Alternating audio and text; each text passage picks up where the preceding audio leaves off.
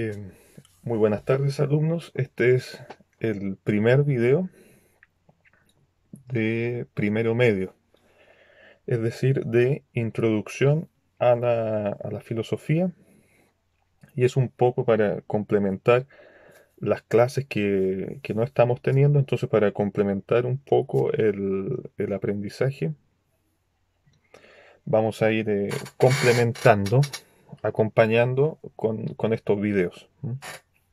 Desde ya les pido disculpas, yo no soy muy experto en estas cosas y por lo tanto les pido que tengan esa paciencia. ¿Mm? Y me disculpen cualquier error o problema de tipo técnico. Entonces, eh, estamos en introducción a la filosofía. Les pido por favor que tengan a mano su guía número uno. La guía número uno es la que habla de la noción de ente y la que habla de la esencia. Son los dos temas de la primera guía. Con la mayoría de ustedes, si no es que con todos, ya tuve una primera clase sobre la introducción a la filosofía, algunos temas muy básicos y de los cuales hay algunas preguntas en la guía. Así que yo tengo los documentos aquí a mano y voy a ir acompañando esto para ir reforzando algunos aprendizajes y que esto sirva también de retroalimentación para que ustedes puedan revisar su guía, si la hicieron bien, si tienen que corregir algunas cosas. Yo las tengo revisadas y en algún momento veremos cómo ustedes podrán conocer la evaluación de esa guía, pero yo la estoy recibiendo y todo, ¿ya? Entonces, iniciemos. Vamos a iniciar haciendo un pequeño repaso y para eso nos vamos a dirigir a la actividad número 3 de la guía número uno. Es la actividad donde aparece una imagen de una pintura del patio de Atenas, recuerdan, donde sale Aristóteles con la mano hacia abajo y donde aparece Platón apuntando hacia arriba. ¿Mm? Yo le expliqué un poco de qué se trataba eso y lo vamos a repetir ahora. Primero, ¿quiénes son? Ya se los he dicho, el que está con la mano hacia abajo es Aristóteles y el que está con la mano hacia arriba es Platón. ¿Mm? Eh, Aristóteles es discípulo de Platón. ¿Mm? Por lo tanto, es posterior, obviamente, cronológicamente hablando, por lo menos. Entonces, ¿cuál es la razón de la posición de las manos? Platón está con la mano hacia arriba porque él, su cosmología, es decir, cuando hablo de cosmología, es la visión que él tiene del mundo, del cosmos, del universo. Él piensa que el mundo verdadero, el mundo real, no es este mundo físico. Lo que él piensa es que el mundo real es un mundo superior que él llama el mundo de las ideas. Y no es un mundo físico, es un mundo inteligible. En ese mundo superior, en el mundo de las ideas, están como los modelos de todas las cosas, incluyendo nosotros. Hay un modelo de mí, un modelo de usted, y el demiurgo, que es una especie como de ser intermedio, una especie, yo no sé si llamarle creador, pero sí una especie como de deidad, que no es la perfección máxima, pero es una especie de deidad. Esa deidad toma la materia y siguiendo esas ideas, esos ejemplos, le da una forma a esa materia. Le da una forma a la materia informe. Y para él, obviamente, Platón, como él cree que el mundo real es ese mundo superior, ese mundo de las ideas, él cree que el mundo físico, este mundo sensible en el cual nosotros estamos, es falsedad. Y por lo tanto, podemos decir que Platón eh, tiene un desprecio por las cosas materiales. Él es dualista, de dúo, de dos. Entonces, él ve todo como dividido en dos, incluso al ser humano. Entonces, por ejemplo, el ser humano, que está compuesto de alma, que es inmaterial, inteligible, y del cuerpo, que es material, y que se corrompe, es decir, que se estropea, de alguna manera el alma del hombre está como presa en el cuerpo. El cuerpo es como una cárcel, es un estorbo. ¿Mm? Por eso hay un desprecio de la parte corporal. ¿Mm? Entonces por eso Platón está apuntando hacia arriba, porque el mundo verdadero para él es el mundo de las ideas. No es este mundo puramente físico. Eso se ve mucho hoy en día también, sobre todo en algunas espiritualidades que son dualistas, que son del tipo oriental, donde se hace un desprecio del cuerpo. En cambio, Aristóteles no es dualista, él es realista, y por lo tanto, eh, lo que nosotros vemos también es real, es parte de la realidad. No es toda la realidad la parte física, pero sí es una parte. Es una parte. Por eso tiene la mano hacia abajo. ¿Mm? Es real. Es decir, lo que es son las cosas que están aquí. ¿Mm? Eso lo vamos a ir explicando a través del curso, ya que el curso está muy inspirado en la línea aristotélica, más que en la platónica. ¿Mm? Entonces vamos a ir viendo lo de Aristóteles precisamente, en esta guía vamos a partir. Entonces eso era por lo menos la respuesta a la actividad número 3 de la guía número 1, que lo habíamos visto ya en clases, pero que es bueno recordarlo y para que ustedes puedan revisar si respondieron bien. En la actividad número 4, yo les coloqué una imagen del PowerPoint que usé con ustedes en clases, donde me dedico a hacer una definición nominal de filosofía. ¿Mm? Nominal viene de nomos, no, perdón, nominal es del nombre, es de la palabra. Una definición a partir de la palabra. De la palabra filosofía yo le expliqué que los filósofos tenían varias palabras para significar amor. ¿Ah? Estaba filos, que de ahí viene la palabra filosofía. Estaba agapé, estaba eros, ¿se acuerdan? Eros era un tipo de amor más erótico, más carnal. En cambio, filosofía es como un amor un poco más profundo, desinteresado, casi una tendencia natural. Y de ahí viene filos, de filosofía, la primera parte de la palabra. Y sofos significa sabiduría. Por lo tanto, filosofía nominalmente significa amor o búsqueda por el conocimiento, por la verdad, ¿m? Por la sabiduría, por el saber. Y no saber de cualquier modo. La filosofía lo que busca es saber las causas últimas. No busca saber las cosas, los detalles, sino que busca saber lo último, lo más profundo. Sobre todo la causa de las cosas, el sentido. Sobre todo el sentido de las cosas. Si me pide una palabra, eso es el sentido. Eh, y yo les pedía que ustedes me explicaran cómo se relaciona la filosofía con el ocio. ¿Mm? El ocio hoy en día tiene una connotación negativa. ¿No? Cuando a una persona se le trata de ocioso, es porque se le está diciendo que es flojo. ¿Mm? Pero en realidad, el origen de esta palabra, el ocio, se opone al negocio. ¿Ah? El negocio es la negación del ocio, porque para filosofar es necesario que usted tenga un tiempo de tranquilidad, un tiempo en el que no esté haciendo trabajo, sobre todo trabajo manual o físico. Se necesita tiempo para contemplar. Yo le hice un ejercicio a ustedes en clase que me nombraran cuáles eran los momentos en que ustedes más pensaban durante el día. Y muchos de ustedes respondieron antes de dormir, porque no están haciendo nada, están en un tiempo de ocio.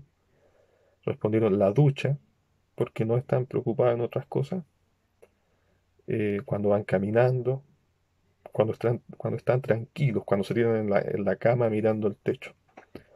Entonces, para filosofar es necesario un momento de ocio, es decir, practicar el ocio, el sano ocio, el sano, el productivo. ¿Ah?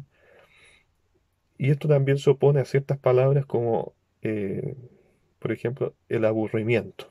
Para filosofar hay que aburrirse, hay que dedicarse a contemplar las cosas profundamente y para eso tenemos que contraponerlo a la palabra diversión.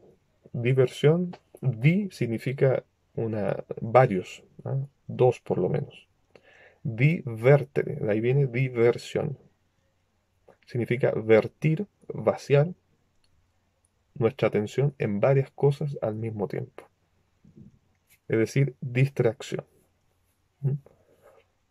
Entonces, la diversión muchas veces nos impide el aburrimiento, nos impide el ocio para poder pensar, para poder filosofar.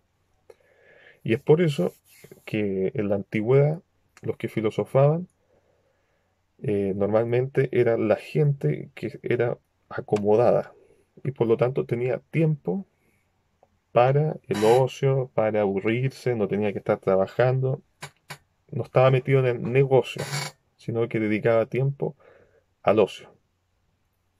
¿Ah? Entonces, eso es por lo menos la explicación de la imagen que yo les puse en la actividad número 4. Y nos vamos a dirigir ahora al texto número 1, que es la noción de ente. Aquí ya vamos a dar un salto, se pone un poco más complicado, pero no es tan difícil. Lo que tienen que aprender ustedes sobre todo es el vocabulario para comenzar a leer estos textos y entenderlos. ¿Mm? Entonces, ente. La palabra ente significa lo que es. ¿Mm? Lo que es. El latín id quod est. ¿Mm? Lo que es. Ente viene de la palabra ens. Y ens significa aquello que es o aquello que tiene ser. ¿Ah?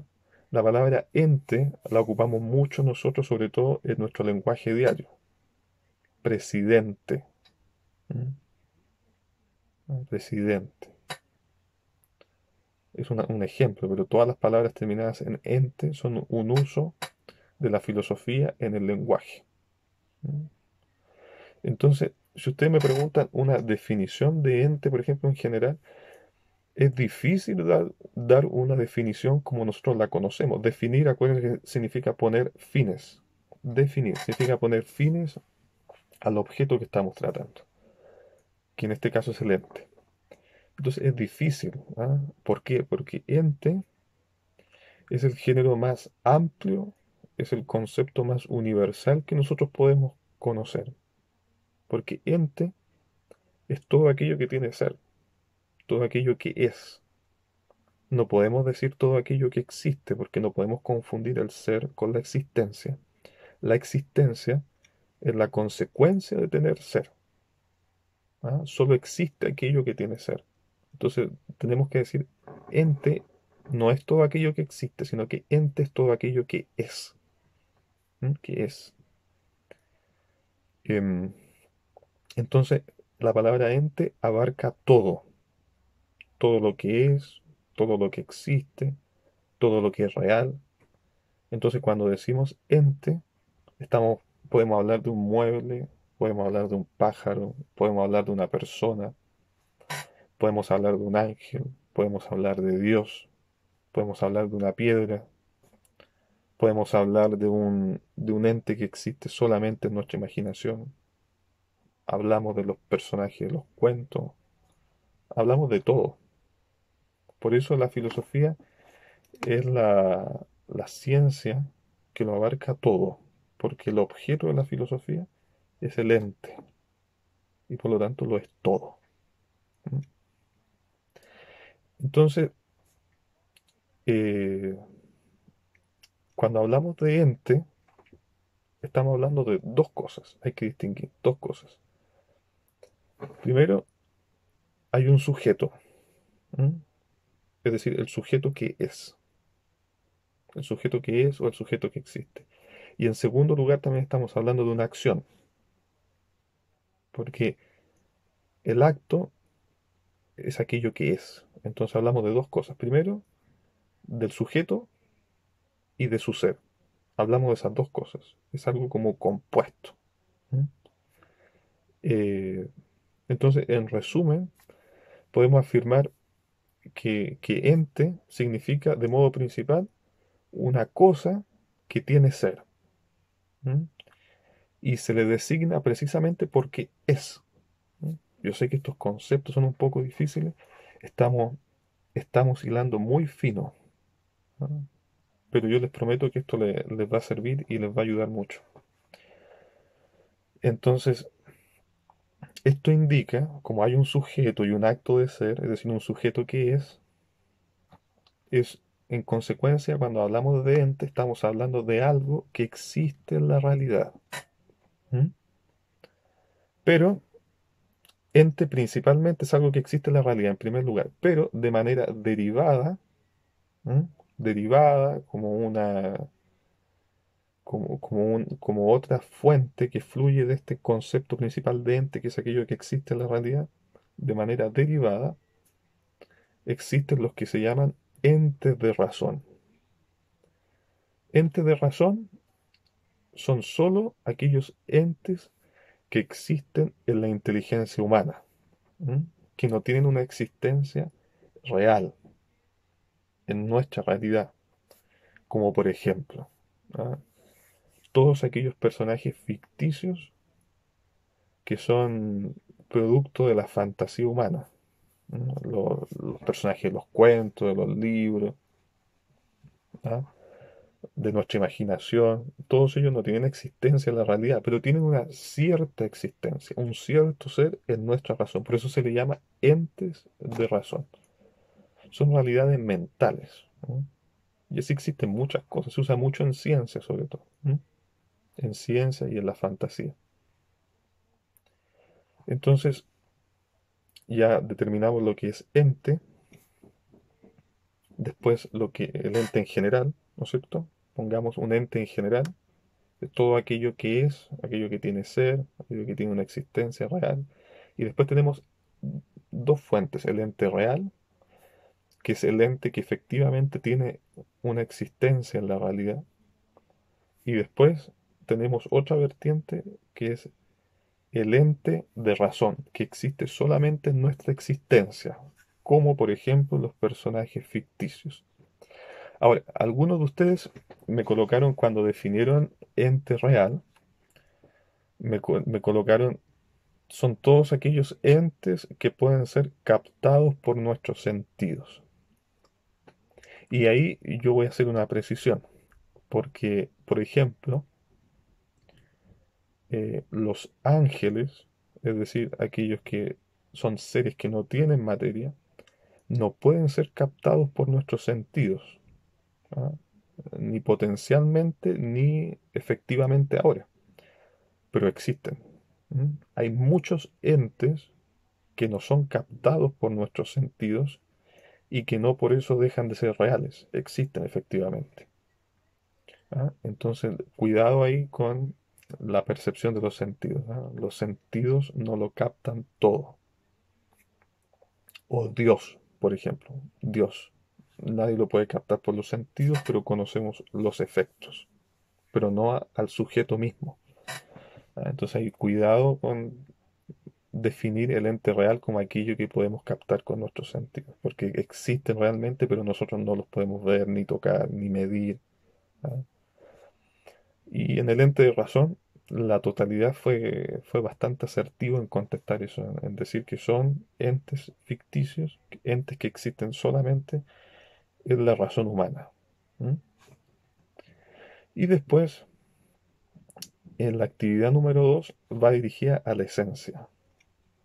Yo pido que por favor vayan teniendo mucho en cuenta esto porque son definiciones. Estamos viendo definiciones hasta el momento. Entonces es para que ustedes aprendan el lenguaje. Entonces tenemos la definición de ente, la definición de ente real y la definición de ente de razón. Las tres definiciones ya que llevamos. Y ahora vamos a una cuarta definición, un cuarto concepto que se llama esencia. La esencia es el modo de ser de los entes. Ustedes dicen, pero ¿qué significa eso? Es bastante simple. Todos los entes tienen algo en común. Todos los entes son, tienen ser, tienen ser, tienen acto de ser. Pero todas las cosas son de un modo diferente. ¿Ah? Yo no soy igual que usted. El ser que tengo yo no es igual al ser que tiene usted. El ser que tiene usted no es igual al ser que tiene su gato. El ser que tiene su gato no es igual al ser que tiene una planta, ni el ser de la planta es igual al ser que tiene la piedra. Entonces, al parecer, en la realidad hay distintos grados de tener ser. No son todos iguales. ¿Mm? Entonces, esa medida, esa forma de ser, esa manera de tener esa existencia, es lo que llamamos nosotros esencia. Cuando nosotros decimos, ¿qué es Juan? Responden, Juan es un hombre, un ser humano. Entonces, cuando decimos ser humano, estamos diciendo que él tiene el ser, la existencia, de un modo que lo hace ser humano. Por eso se habla de ser humano. Es como una cierta medida, ¿se dan cuenta?